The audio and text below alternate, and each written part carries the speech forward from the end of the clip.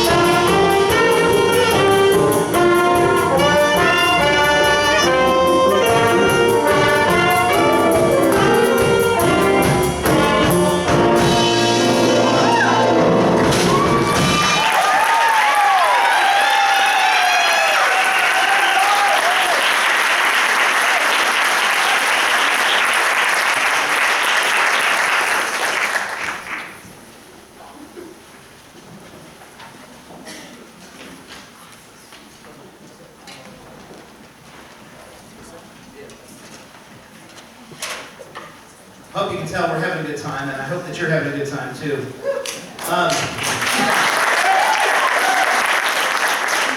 So tonight, one of the things we really needed to do was to feature a chart that was connected to Count Basie.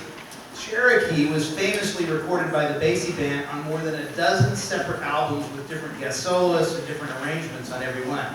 Now, of course, Count Basie knew everybody. And Benny Casey, well, I'll try that sentence again. Basie, for instance, hired Benny Golson to arrange for the band. And Louis Bellson played for Basie, and so did Charles Mingus, at least till he got fired.